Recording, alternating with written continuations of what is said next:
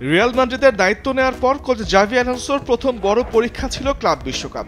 সেবার শেষ হাসিটা হাসতে না পারলেও এবার আসল পরীক্ষা শুরু নয়া এই গ্যালাকটিকো বসের। ম্যাচটি কেবল মৌসুমের প্রথম লড়াই নয়, এটি আলোনসো যুগের সূচনাও রিয়াল মাদ্রিদের। লা লিগায় মৌসুমে নিজেদের প্রথম ম্যাচে যে আজ রিয়াল মাদ্রিদ খেলবে ওসাসুনার বিপক্ষে। গেল মৌসুমে রিয়াল টেবিলের 2 থেকে শেষ করেছিল মৌসুম, তবে সান্তিয়াগো বার্নাব্যুতে আজ ফেভারিট হিসেবেই মাঠে নামবে আলোনসোর দল।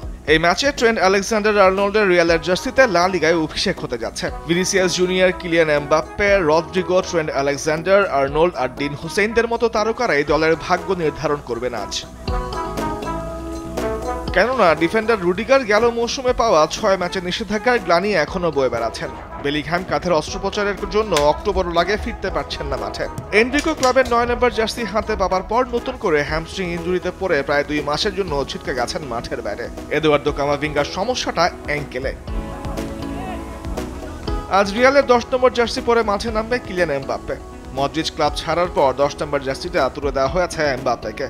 এদিকে সাবেক মাদ্রিদ মিডফিল্ডার আলোনসোকে ডাগ আউটে পেয়ে ক্লাবটির সমর্থকদের উচ্ছ্বাস যেন আকাশ ছোঁয়া। তবে বাস্তবতা হচ্ছে রিয়ালের একাডেমিতে 5 বছর সময় কাটালেও মূল দলের সাথে পথ চলাটা এতটা সহজ হবে না আলোনসোর জন্য। ক্লাব বিশ্বকাপের শিরোপাটা হাতছাড়া হলেও লা লিগা সম্পূর্ণ ভিন্ন দুনিয়া, যেখানে নয়া দলটাকে নিয়ে ঠিক ফরমেশনটা বুঝে উঠতেই অনেক কোচের লেগে যায় মৌসুমের বড় একটা সময়। এখন অপেক্ষা আলোনসো তার রিয়ালের অধ্যায়টা কিভাবে শুরু করেন।